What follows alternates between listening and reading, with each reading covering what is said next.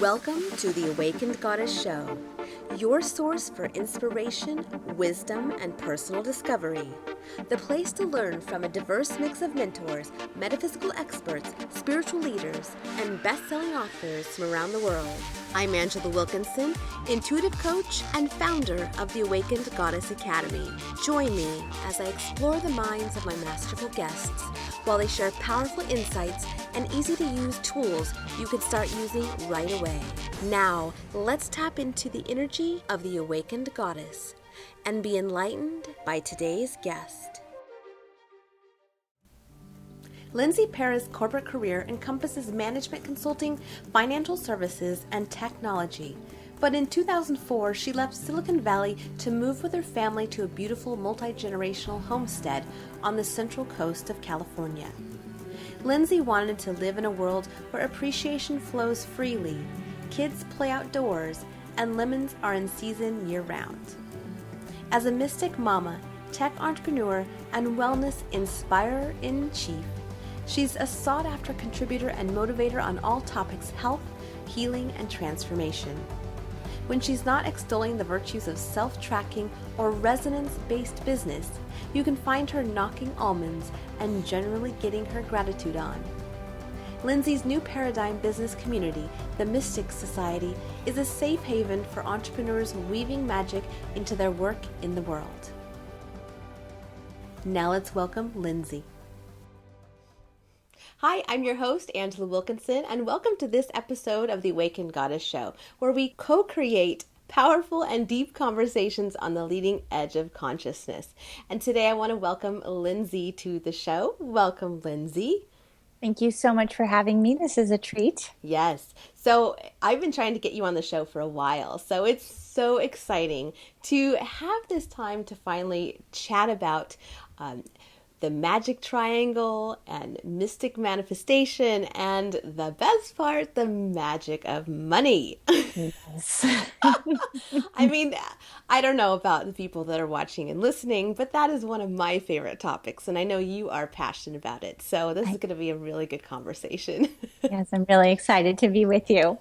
Yeah. So, okay, let's start with how this all started for you. Because I know you were in the corporate world, you were living in the city, and then you had a huge transition, moving to the country, and then starting your own business around sacred commerce. So let's talk about this. Absolutely. So I'll take you way back. So I was born in Silicon Valley, actually in the heart of Silicon Valley at the base of Sand Hill. My parents were lifers with Hewlett Packard. So the dinner table conversation around my house always centered around software and quality and process and human resources. And for those of your listeners who are familiar with Hewlett Packard in that era, it was actually a company, although it was a leading edge technology company, it was also a company that was fairly cutting edge in terms of the culture that it cultivated and the way in which it saw people as more than just contributors, but as part of the fabric and culture builders of the company. So I had this kind of two-part upbringing, this software analytical, deeply business, but I also had this side that was always perked up to listening to the people component, that was listening to how do people work together and how can we work together to a higher end. Along those lines, in terms of the influence from those early days, I also became aware at a young age that I was an intuitive. And so for many years, that was just part of my internal world as a child. But as I got older into my high school and college years, it really became something that I suppressed and actually tried to distance myself from. I thought of myself as too sensitive. I thought of myself as too connected into energy. I sometimes avoided big groups because I could feel what people were feeling. I had a very rich dreamscape. I could see what people's future and purpose and gifts were and what was holding them back. And at a time in my life where I wanted to be more like that analytical software corporate girl, none of that seemed like it was really going to serve the bigger picture. So I actually worked pretty hard to kind of quiet that side of me. And like so many sensitives, I sent that underground as I moved into what I thought was the mainstream expression of my work and my reason for being here on the planet. So I did. I went into the corporate world. After college, I joined a management consulting firm. I got very interested in knowledge management and software, which at the time was an intersection of information and what we do with it and how people access it and where it gets stored. So it was kind of this precursor to the internet, precursor to how we were going to have this unbelievably prolific explosion of content, and we were going to need to know how to do content management and all these fun things. And from there, I skipped over to one of the earliest mobile app company startups. So I did the whole startup thing in the Bay Area, and I ultimately landed at a 100-year-old billion-dollar insurance company that was going through an IT transformation and wanted to bring in some folks who were looking at software and technology in new ways, and was part of that team. And that entire chapter of my life was wonderful, and I met wonderful people, and I was highly successful, and I was moving up the ladder, so to speak, just as you would anticipate. But there was this part of me that was literally saying every single day as I stepped out the door, this is killing you. This is killing you. And I, being a person who's always been very drama averse and not interested in kind of thinking, I always kind of compartmentalize that voice as being this little drama voice. Like, oh, that's just the girl who wants to stay in bed and read her tarot books today. Or, oh, that's just the girl who, who feels sensitive when she's walking down the financial district in San Francisco. But what I didn't give full credit to is when we ignore or suppress those inner voices for too long, they just start speaking louder and louder and louder to us. And so ultimately, the way in which that transpired is that I developed chronic illness at an early age, autoimmune conditions. We had actually 6 miscarriages between the birth of my son and my daughter. And so the body was speaking louder and louder that this isn't working and you're not on path. And so when we hit our first level of what we'll call a physical or health rock bottom, my husband and I decided to take the grand leap, that we were going to be those people who left the city and left the corporate world. We were going to move down to the country and to the central coast of California, into the wine country, and we were going to start a multi-generational eco-homestead, build our dream house, a straw bale house, and raise our children with the goats and the sheep and the chickens, and be off the grid in our little solar house. And so we actually did that. We moved away. We lived in a little 100-year-old house and built our eco house while we did that. We kept it warm with fire in the winter, and we had no air conditioning in the summer. So it was really like Little House on the Prairie and getting back to the country. And it was a great phase because all of that nature connection and all of that quiet and all that country and family time really allowed the intuitive and psychic sides of me to come forward. And so that part of me that had been kind of amputated for so long was able to express herself and come forward again. But what was interesting is that one piece started to come forward for the first time in so long. The part of me that I had just most recently walked away from also wanted to be expressed. So I started finding myself in conversations about nonprofit organizations in the area that were having this strategic challenge or that strategic challenge. And first it was, oh, I'll just come help facilitate a strategic planning meeting for you. And the next thing I know, I am being shown so clearly by my highest self that these two things don't necessarily need to be mutually exclusive or separate, that what was wanting to be expressed through me was actually an intersection of the business, of the process, of the software side of me with the side that's very heart-centered, intuitive, and channels new paradigm business methodologies, so that we can help usher socially conscious organizations, nonprofits, and heart-centered entrepreneurs into this new age, which is an age that wants to be it wants to be a time where we look beyond the bottom line, where we don't only look at the profit and loss, and instead we think about what are we doing for the collective good? How are we doing this in support of the planet? How are we honoring the people along the way? And so that became my entry point into entrepreneurship, first creating apps for people who, like me, had also navigated their way through Lyme disease and chronic illness and autoimmune, and then ultimately into transformational apps. We created a beautiful life wheel app called Shift Wheel that helps people track themselves to a life wheel and see themselves over time as they work through their own awakening journey. and then ultimately began serving the wellness entrepreneurs, healers, and creatives in my ecosystem who were ready for business support and ready for tools and methodologies for how they could both be fully aligned to their gifts and doing what they're here on the planet to do while making a really beautiful, abundant living. Mm-hmm. I Yeah. love that. What a Thank you. beautiful story and journey that you've been through. Thank And, you. you know, as we tell our stories from, looking back, it sounds like it went nice and smooth. And I suspect that it wasn't all easy. Oh, absolutely not. No, I mean the picture that people always have when we look from the outside is that all the doors flew open Yes. and it was this easy trajectory. No, there are many ups and downs and ups and downs. The beautiful thing though about aligning to right livelihood is that the periods of time where you're in the down get shorter and shorter and fewer and far between, and you start to recognize these challenges, whether they're health challenges, the way we've experienced many in this family, whether they're financial challenges, as so many did in 2008, that these challenges often are a way in which we are called forth to take the next steps of our own personal development journey, to move forward through the next layer of our own healing or release of blocks so that we can fully claim that next chapter for ourselves. So, no, absolutely. I just got to celebrate an anniversary this last week of the completion of my 6th year of a daily gratitude practice. So I am on, Wow. I think, day 7 today of the 7th year of a 365 days of gratitude practice.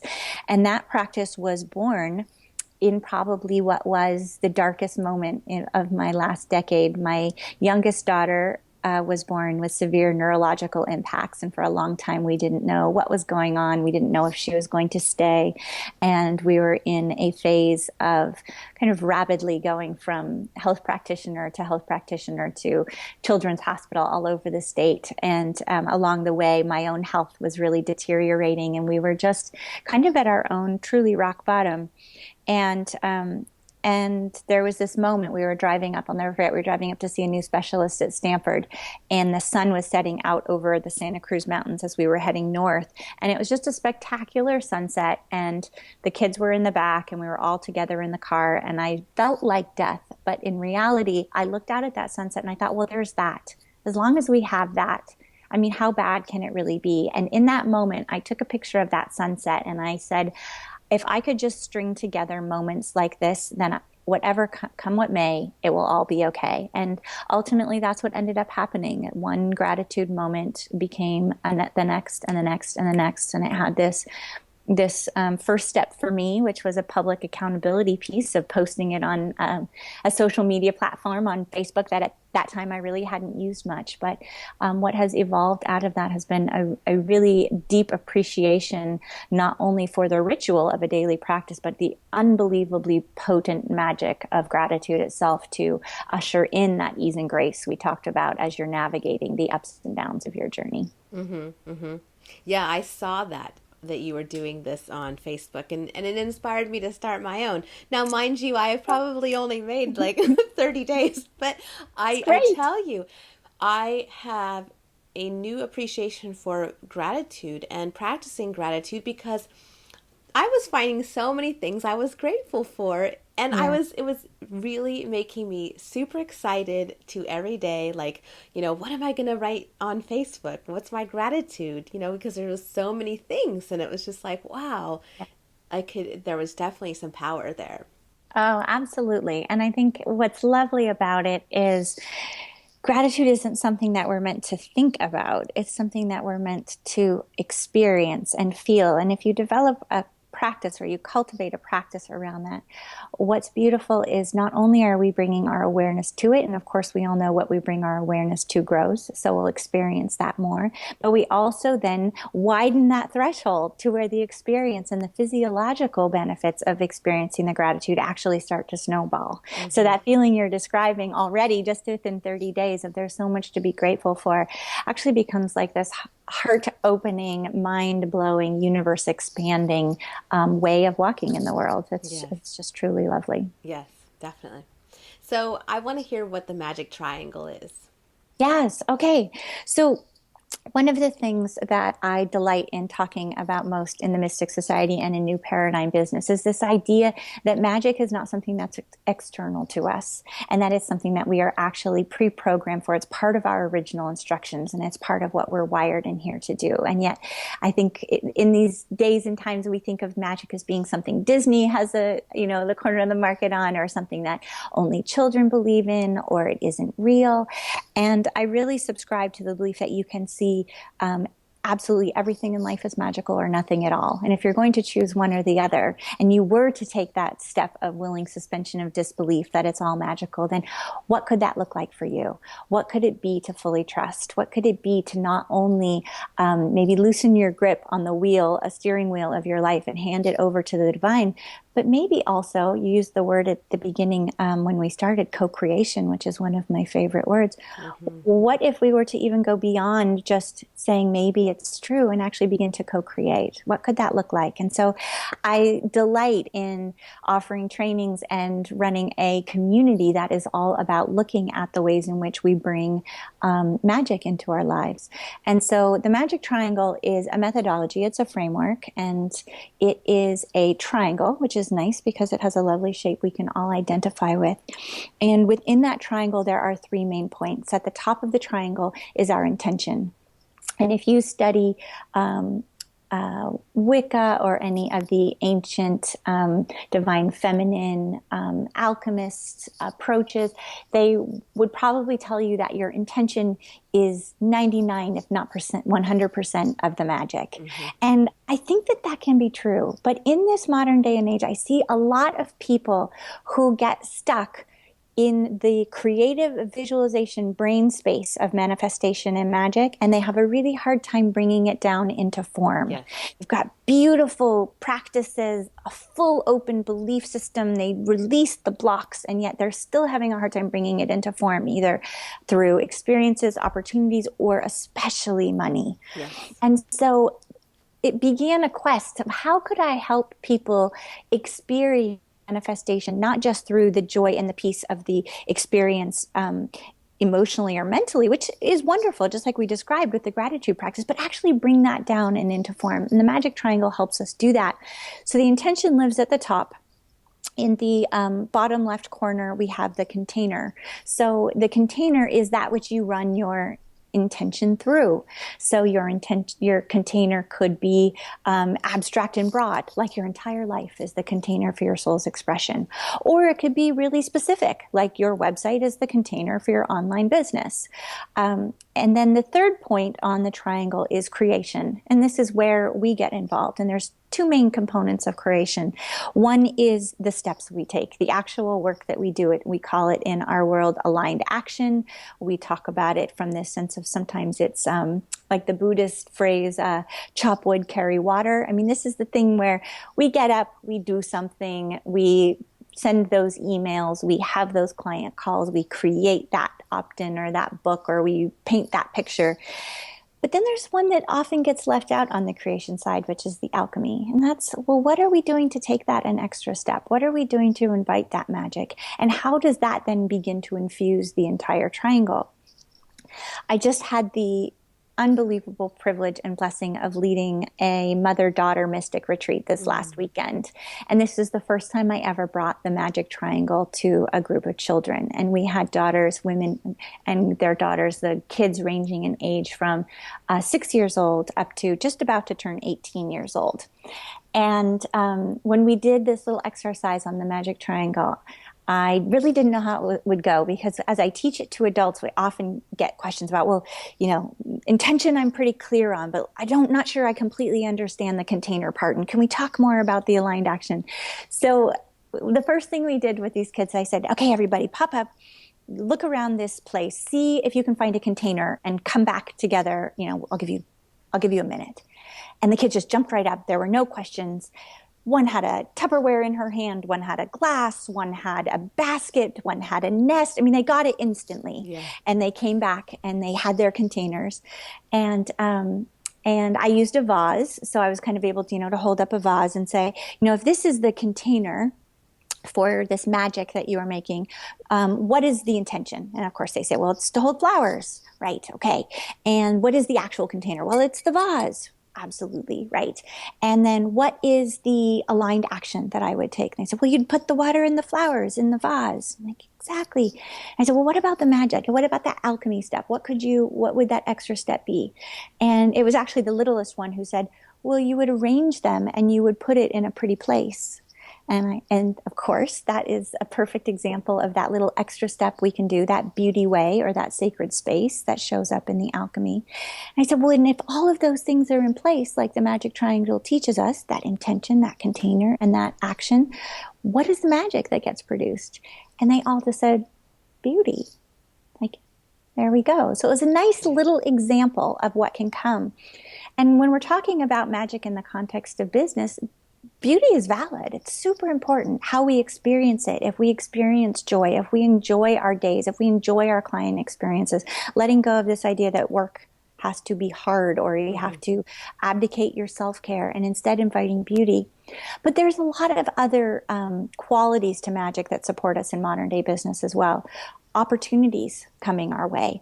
Doors opening, synchronistic meetings, clients saying yes, conversions, sacred commerce, our ability to raise our rates and get compensated in a really good way with people who feel really good about the exchange and what they're getting so that it's mutually beneficial. All of these things are the types of magic that I'm talking about when we apply the magic triangle to business. And this is the kind of ease and grace and what we call return on energy that we're looking for as we bring new paradigm business practices into play. Mm-hmm. Mm-hmm. So where do people get most hung up? You talk about actually manifesting, say, money, for example, into physical form. So what do you think is the biggest block, or where's the blip? Yeah, that's a great question. I think there's a few things, especially for women. We often carry a money story and we carry a relationship to money. And I think most who find their way into the Mystic Society in my world, and I'm guessing most who will find their way to this interview, as there's no coincidences when we find ourselves in these conversations, that even though we feel as though we've done a lot of our work, we've been on our personal development journey, there's almost a lens that we haven't explored at the intersection between those dips that you described in our life, those hardships, and how they relate to our money story. So whether that's chronic illness, whether that's loss of love or a marriage, whether that's any type of hardship or challenge or conflict, we may have mined the emotional gold for what it was here to bring forward for us, but not always looked at how did it play into our money story? How did it reinforce any patterns that were trying to keep us safe, keep us small, keep us whatever that might be? And where can we begin to move through those and invite the learning, invite the teaching so that we can invite money to sit at the table in the new way? With us. So that's one piece, the story. I think the other piece is fundamentally disregarding the beauty and the magic of money. That money is one of the most potent forms of energy that we get to work with in our time, that it is actually one of three forms of energy that we work with in New Paradigm Business, along with our own life force energy, our ability to show up, and our resonant energy. And that's the energy that connects us to all things, that, again, that energy that brings opportunity to us based on what we put out. Money is one of the three most important forms of energy. And it is an indicator not just of exchange and of value, but of this connection between us, this perceived sense of worth, our ability to place value on something. And it's also, I've heard many say that money itself is not divine feminine, and I totally disagree. I think that before the divine feminine showed up and brought us sacred commerce, way back when, we were still whomping each other over the head if you had something that I wanted. It was force. And it wasn't until Divine Feminine said, hey, how about we have a conversation? You have something I want. I have something you want. Let's make this exchange. So I actually feel that those exchanges, that sacred commerce component, in fact, there's a beautiful book, Iman, who is an unbelievably wonderful man, wrote a great book that I love called Sacred Commerce. And he talks about the merchant priests in that book and how at the time of the early marketplace, that the merchant priests actually held space space around the marketplace so that equal and delightful exchanges were made, so that no melon that was grown wouldn't find a home, and that anyone needing a melon wouldn't find the one that they needed. So this idea somehow that money or commerce is bad and not right, even in very progressive, socially conscious conversations, I'm still hearing we have to absolve ourselves from money and we have to get back to a gifting economy. I'm not against the gifting economy, but I actually think money is a wonderful thing. And the more we can allow ourselves to walk in and of it and change the paradigm from within it, the more we're going to be moving resources into the hands of world changers. And that's very much what I'm here on the planet to do, is to help move resources into the hands of those who are changing the world. Yeah. Yeah, and I think that if it's like we need to claim our power back from money. Absolutely. Yep. And I love how you talk about the divine feminine and how that exchange. I love that. I've never heard that perspective before, but I really, yeah, I resonate with it. Yeah, it resonates for me too. Yeah. And then the third one, the last thing I think is that, like we spoke and touched on earlier, we see too many who are still really trapped in this myth of the starving artist, starving healer, that to be truly spiritual, to be truly heart-centered, we somehow have to not worry about the money. That's this other thing. And if I'm just aligned, it will all come and it will all flow to me. And that's part of the picture, and it's partly true, but it also is so important that we move into that place on the magic triangle where we're in the aligned action, where we're in that alchemy space, and we're taking those steps. Because too often I see especially as a light worker and energy worker, I see the energy pattern of my creatives and entrepreneurs being very heart up, very centered up here, whether it's my yoga teachers or yoga studio owners or healers for sure. It's all very much, if I focus up here, this is where I'm manifesting. And I think that too often we forget that actually doing is we're manifesting in form right here on earth. And so bringing our roots down, actually moving that energy down our bodies, not just being grounded when we're actually in yoga practice, but getting really versed at how our own bodies run energy, getting deep, deep roots. The more we bring that focus into balance between heaven and earth, the easier it is to manifest in form. And it starts to happen naturally because, like we said, we're wired for it, actually. It's part of our original instructions to be able to manifest in form. It's why we live in this dimension. It's why we chose to incarnate in this way. So money is just one of the magical, I'm looking at your amethyst there. It's just one of the magical treasures that we brought into this whole paradigm. So the more we can be grounded in the paradigm of this earth right here, the easier it is to bring that piece forward and bring it flowing to us. There are probably two activators that I recommend as practices for everyone in the Mystic Society. One is gratitude, because again, it has this butterfly effect. Yes. If you can actually allow yourself to, again, not think about gratitude, but to actually catch yourself in the moment where you're actually experiencing it. So it could be as simple as the warm mug of hot tea in your hands where you're like, that's gratitude. Or like that moment for me of looking out at the sunset where everything else falls away for a moment and it's just you're in the experience of beauty. That's gratitude. That's a potent activator for actually bringing the energies down into form, because we are embodied in those moments. We're feeling the warm mug. We're seeing that sunset. So that's kind of what I meant by bringing it down. Well, the other sorry to interrupt you, but it also seems like a point of reception. We are in a receiving mode, and I think a lot of times we're in the outward flow rather than the receiving flow. Absolutely. I know we're going to share with your beautiful community the manifestation bundle, and in it we talk about the manifestation wheel and life cycle. And as you look at the steps of manifestation, the receiving step on that cycle is the one where we see most people blocked. It's the one where we see most people. Intention is pretty good. The vision is pretty good. The permissions I've really worked on. Clearing the space, I'm probably doing okay at clearing space. But the actual receiving is one. And then another one that I think doesn't get spoken enough, I know this one was true for me, especially as I continue to move into new levels of abundance, is claiming. Yes. So there's a difference between receiving and claiming. And I see a lot of influencers and heart-centered entrepreneurs on the journey who have done a lot of receiving work, and actually the pooling is happening all around them. That's me. Yeah, and they just still working on the claiming Yeah. part. Yeah, for me, we did a beautiful exercise, my business partner and I, this was probably 3 or 4 years ago now, where we decided to root out and look for the places where we were not claiming the blessings that the universe was really pouring our way. Mm-hmm. And my dirty little secret of that exercise was that I have, and actually I should go, this is a sign from the universe that I meant to go revisit this because it's happening again. I have a folder of gift certificates that I get gifted. Yeah.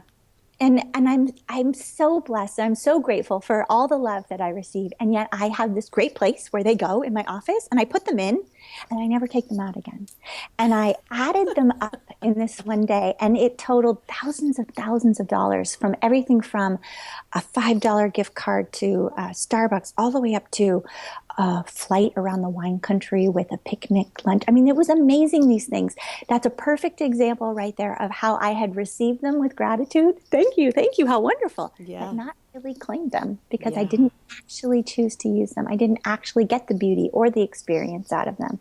So I'm going to put you on the hot seat. What is the disconnect here? Because I know, this is not just you and I that's having this issue.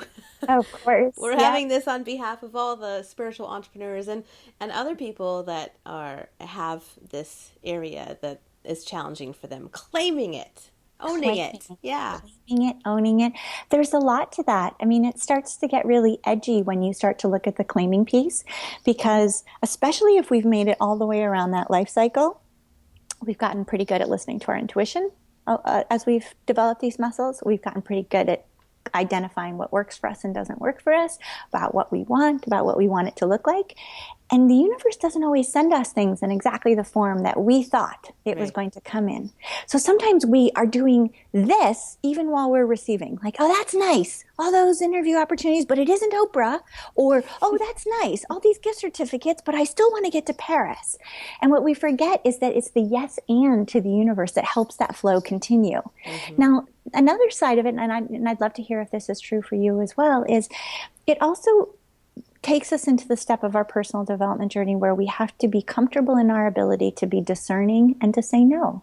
Mm-hmm. That there might be times when I would go through that file and I'd say, actually, half of these aren't really for me. I don't really want to do them. But instead of just shoving them in a folder, how can I keep that energy moving? Who could I gift it to? Who could I pass it on to? Or turn it over to the ethers and put them in a bonfire? Something other than just shoving them in the drawer, which basically tells the universe, I'm full, no more. And instead of allowing us to consume and enjoy and claim and then create that space for more to flow in. Mm-hmm. Mm-hmm. Yeah, that's definitely been up for me, because I'm finding that time for me is now a extremely valuable, valuable thing, and so I've been having to say no more and more, and that's been interesting, because sometimes I don't want to say no. Yeah. And sometimes it's very clear, and so it's fine tuning. Yep. Yeah. It's really a dance. I hear a lot in the spiritual community talking about saying no and how important it is to do that and how hard it is. Yeah. And I think that's true. But I also think what it really is it's this discernment piece. It's the dance between getting really good at knowing what your yeses are and what your nos are. And the ability to say, yes, please, thank you more, while also saying, not this one, or divine timing, not right now. Mm-hmm, and that's very individual, and that has to be kind of our own individual blueprint based on what's true for our individual soul expression.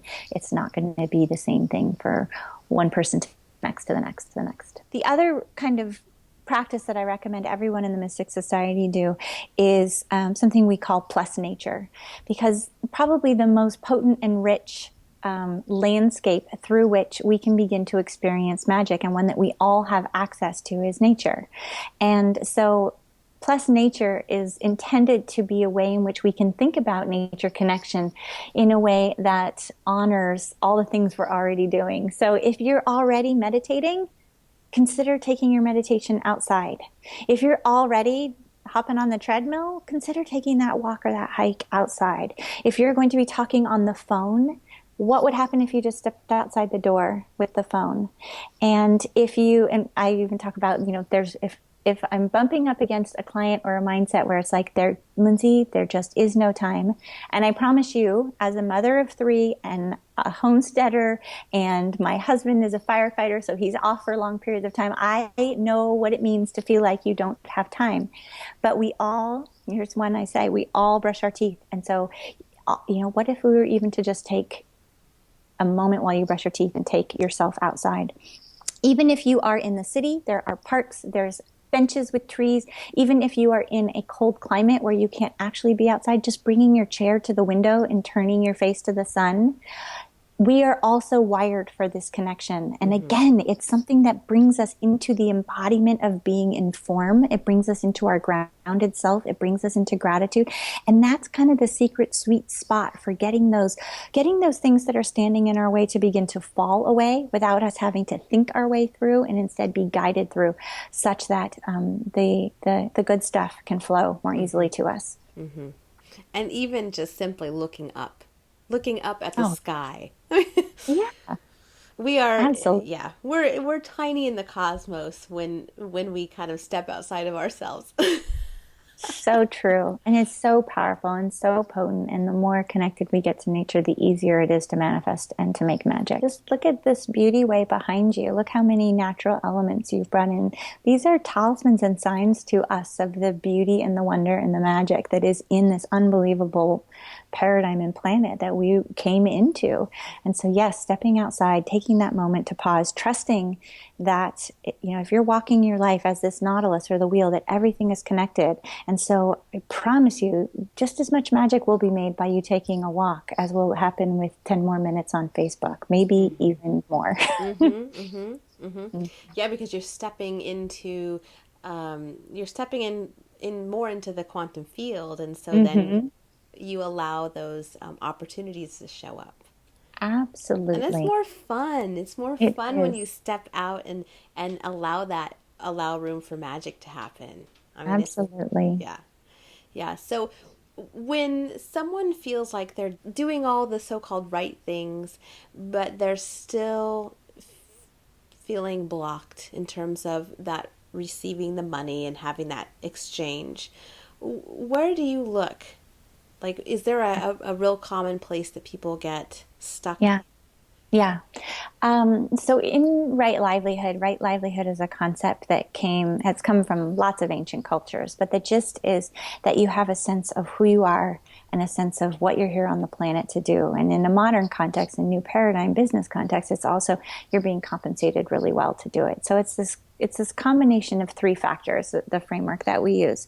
It is your soul purpose and path. So that you can think of it like a formula. Right livelihood equals your soul purpose and path plus sacred commerce plus leadership. And people can get stuck in any of those three. Actually, they can even get stuck on the side of, is right livelihood possible for them? I'm imagining most people who find their way into your community and who find their way into mine, they've already taken that step of, I know there's something more. I believe there can be a different way. I believe that could even be true for me. Maybe they've even taken those first steps to align in a new way. So that's one place we can get stuck. But as soon as we start to say, I believe there could be a different way, this could be more aligned for me, this could be abundant and joyful and fulfilling and meaningful, then we move into that addition of, so do we know what those things are? The soul purpose and path. Do we know what we're here to do? I always wanted to be one of those people who knew from birth what they wanted to do and what they were here to do, but that just wasn't the reality for me. I didn't come in knowing I wanted to be a doctor and did that from first moment. It was a process and an evolution for me. So aligning yourself to your right livelihood means knowing what you're here to do. And if you are stuck on that piece, you're still not really clear, what are my gifts and what is my soul expression? Finding yourself in a community of people who can reflect that to you is really, really important. So finding your way into your community or into my community, that place where we can get really clear on gifts and what you're here to do. That next piece, sacred commerce, well, we've touched on it in this interview for sure. Our money mindset, our understanding of money as an energetic and how to work with that energy, our ability to bring it into form and to get to manifest in form. Those are certainly steps that can block us. But I'd venture a guess that many who find their way into your community are maybe more stuck on the third, which is piece.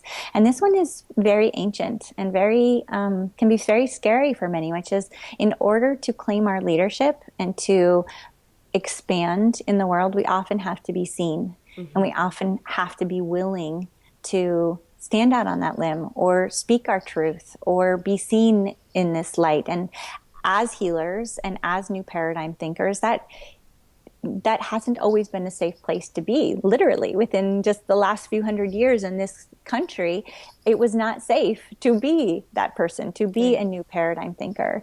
And so we have some collective and historical trauma that we're working through together to allow ourselves to come out of the closet. Like me, how natural it was for me to suppress that psychic instinct, those intuitive gifts, my healing side, because it was so much more socially appropriate and easy to go into management consulting and be a mainstream corporate girl. And yet our collective consciousness saying, not anymore, we're bringing this stuff forward. We are awakening. The vibrations are ramping up on this planet. We are going through a collective transformation. And that means we need to start using our voices. We need to have the courage to be seen. And that's a really, really edgy step for people. I think finding your way into safe community is key.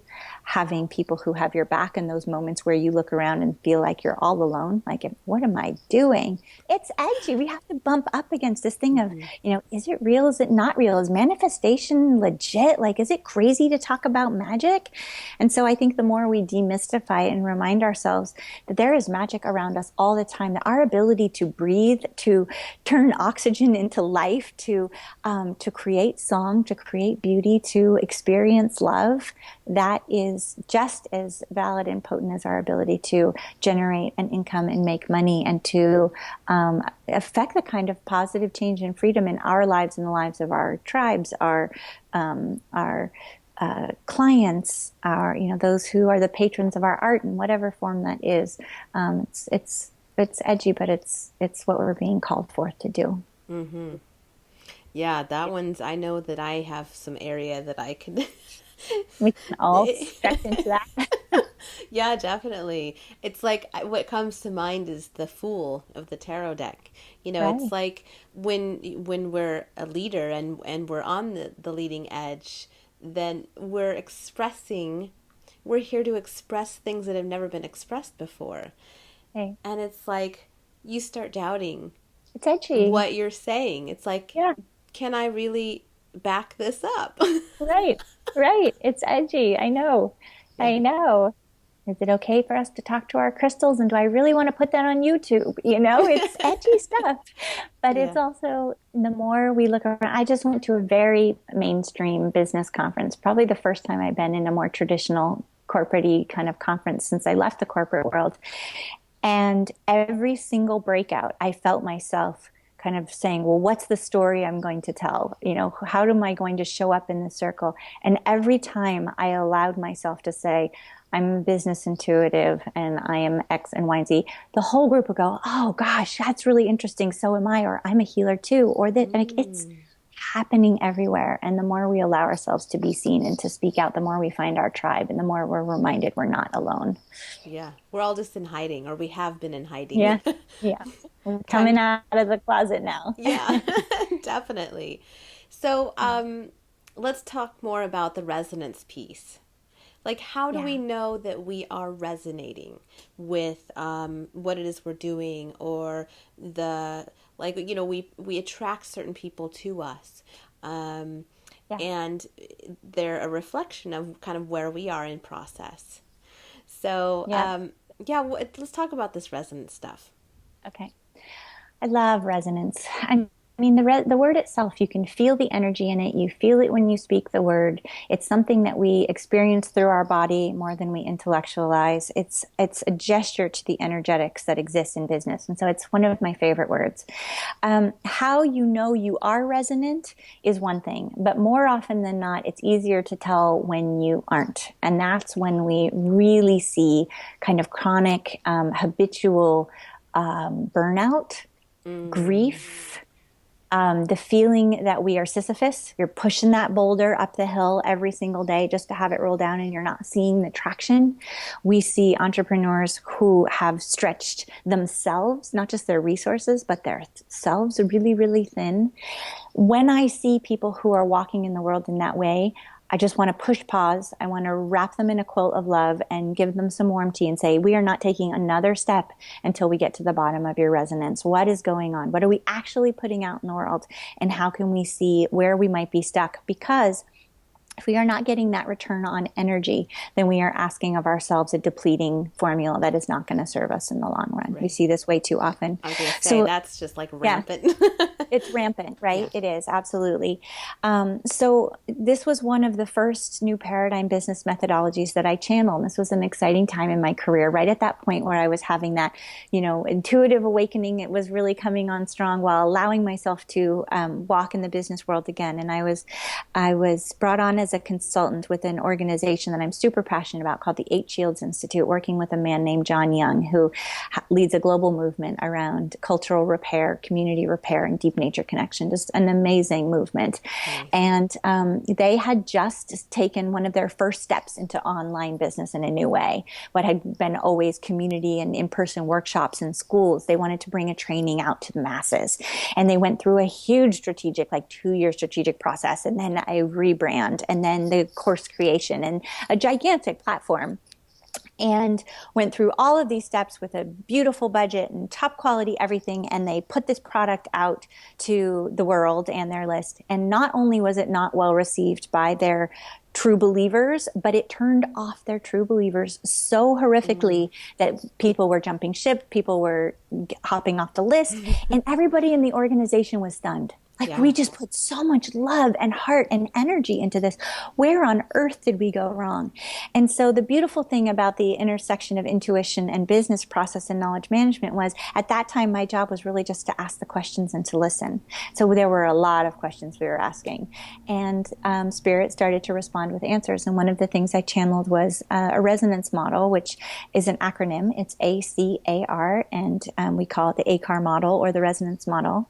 But I'm going to walk you through what that model is, because for those who can identify that feeling of feeling like they're not getting a return on their investment, they're putting out so much and maybe it's not coming back to them, or they're just working so hard and they're feeling like they're not quite getting there. I often hear women say, I feel like I'm one click away. I feel like I'm so close, but I'm not right there. So this model, so if you write it down on your paper, ACAR, again, it's a formula where A plus C plus A equals R, resonance. And the first A is your authenticity. That's the piece of, okay, for realsies, how well do we really know ourselves? How well are we actually honoring and showing up for ourselves? How much of the work have we done to get clear on what truly resonates for us as individuals, as creatives, as artists, as healers, and doing that personal development work about authenticity.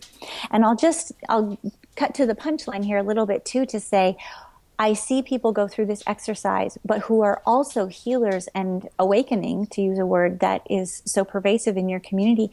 They don't circle back to it often enough, because we are actually rapidly evolving right now. Yeah. And so if you're finding yourself stuck, even if you feel like you've done all the authenticity exercises on the planet, go back and run through them again, because you may find another piece of something right there within your own ecosystem that's not resonating. You might find that you're still sending a newsletter out weekly and you hate doing that. Well, there you go.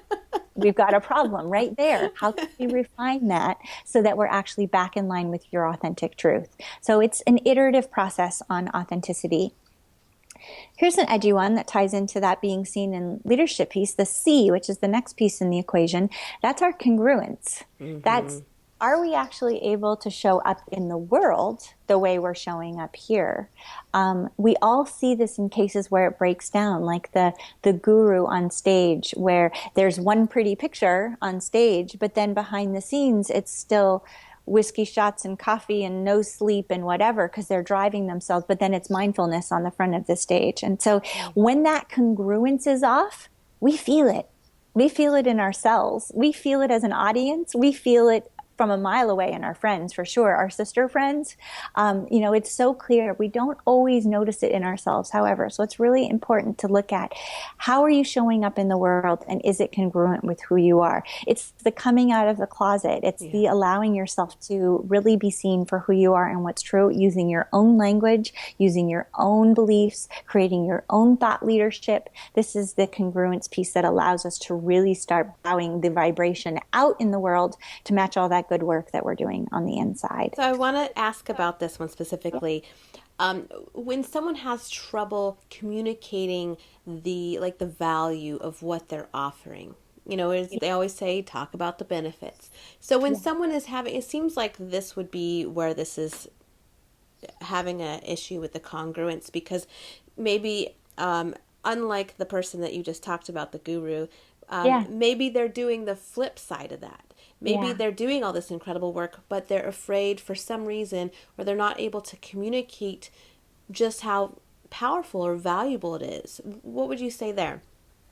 Oh, I think you're right on. And you can see how that ties into the block in leadership and right livelihood, the ability to be seen for what we're doing.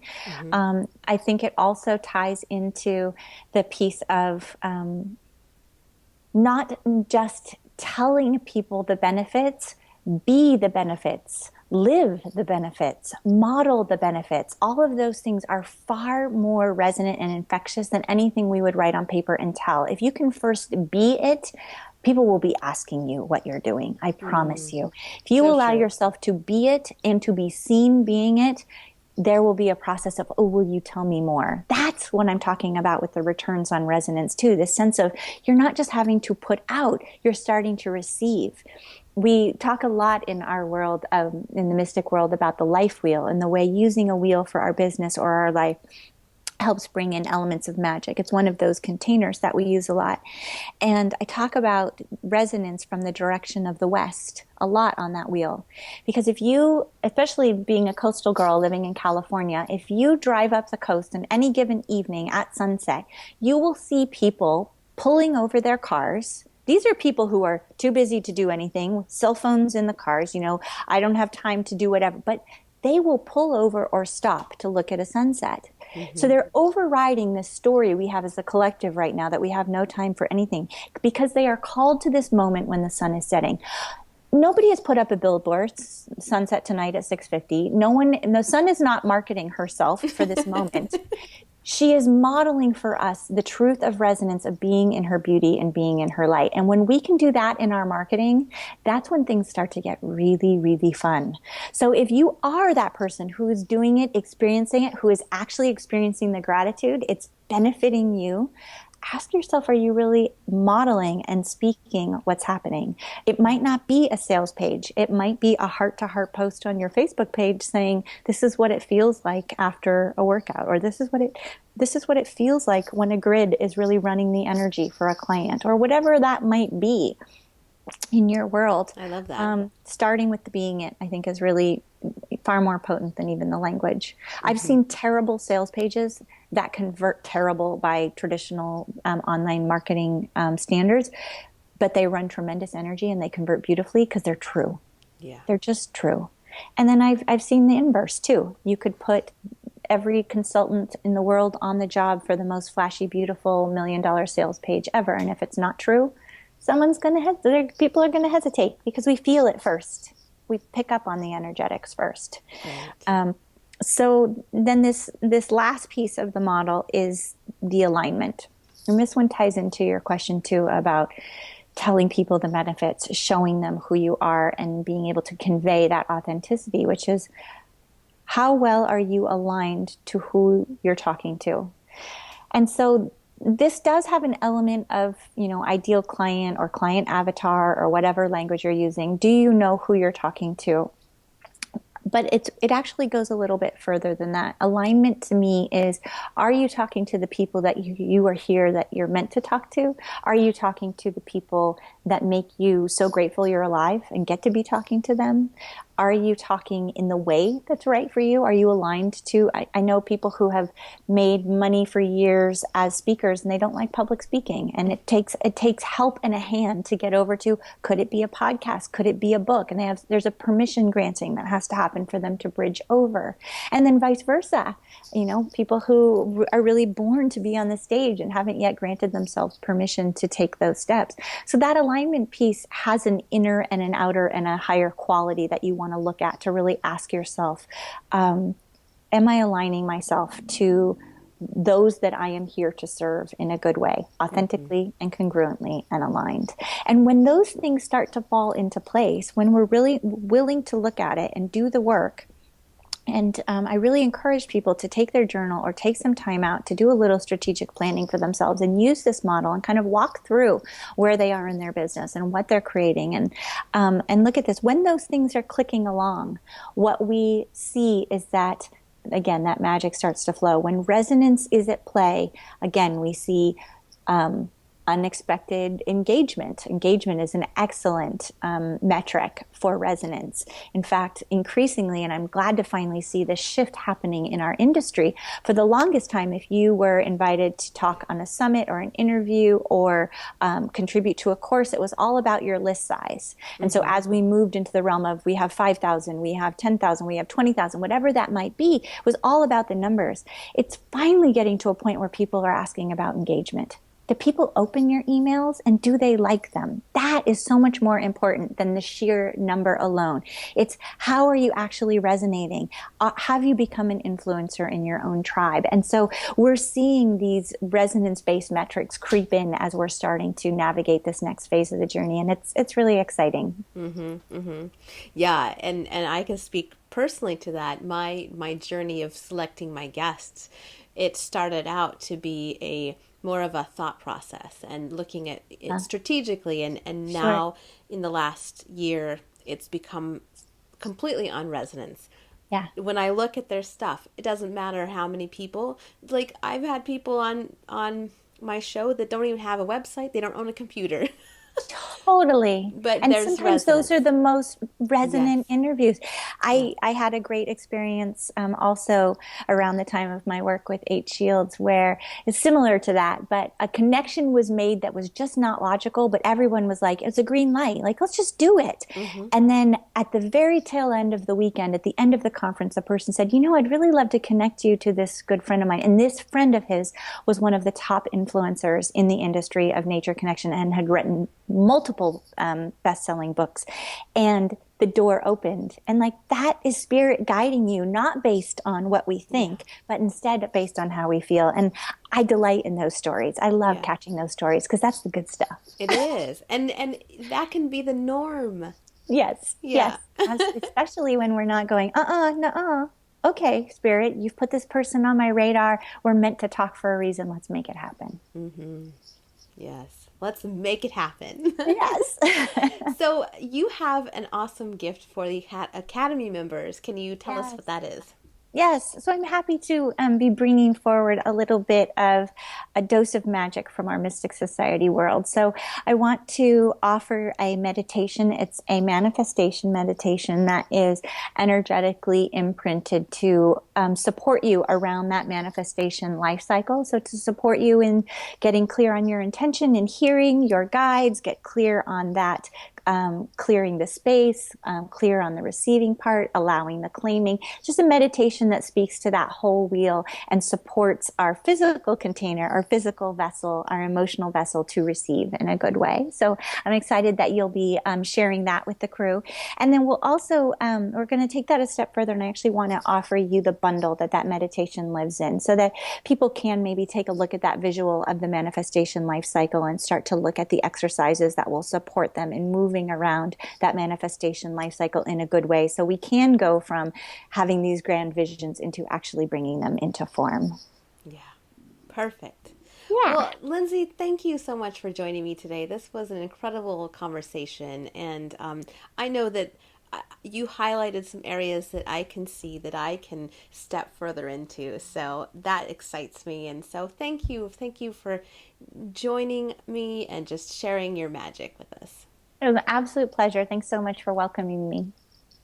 Thank you for listening to this episode of the Awakened Goddess Show. I hope you enjoyed today's guest and got something you can start using in your life right away. For more spiritual insights and to listen to more episodes, subscribe to The Awakened Goddess Show at theawakenedgoddess.com and discover wisdom that'll change your life.